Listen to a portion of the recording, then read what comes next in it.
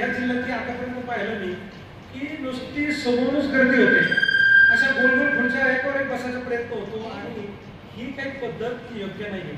कुठेतरी खुर्चीवर मी तालुक्याध्यक्ष होतो काय मागत नसतो.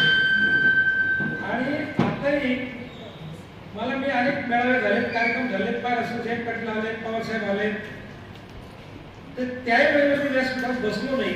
त्याचंच कारण ते होतं, मी जर तिकडे बसलो तर 25 पदाधिकारी तिकडे बसतात आणि हे स्वाभाविक आहे.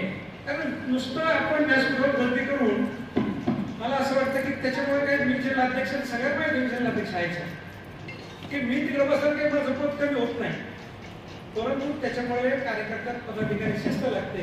आणि आपल्या कार्यकर्ते पदाधिकारी मला असं वाटतं की बहुतांश प्रत्येकाला कोणाला वाटतं तुम्ही समोर बसलं पाहिजे, मला बोललं गेलं पाहिजे, माझं भाषण झालं पाहिजे, हे प्रत्येकाला वाटतं. तर त्याच्यामुळे जसं प्रत्येकाला वाटतं तर आपण जिल्हाध्यक्ष जिल्हाध्यक्ष आपल्या समोर बसलाय पंक्तीलाही, तर त्याच्यामुळे ते मला वाटतं की कोणाच्या मनामध्ये अशा प्रकारची भावना येत नाही आणि आपण आपलं सगळ्यांना सामान्य राहावं असं वाटतं. याचं कारण ते.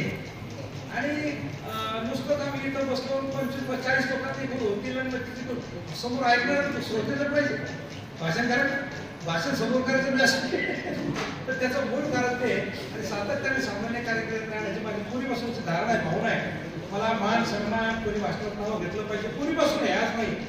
कार्यकर्ता असल्यापासून की माझा मान सन्मान झाला पाहिजे, मला व्यासपीठावर बसलं पाहिजे, आपला सत्कार झाला पाहिजे, भाषणातून नाव घेतलं पाहिजे. मला असं वाटतं या सगळ्या गोष्टीपासून मला कधी मान सन्मान वाटत नाही. आणि एक सामान्य कार्यकर्ता म्हणून सातत्याने काम करायची भूमिका आहे.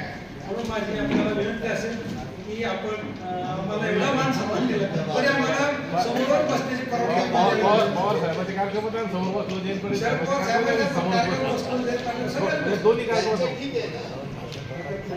पण काही असं वाईट वाटलं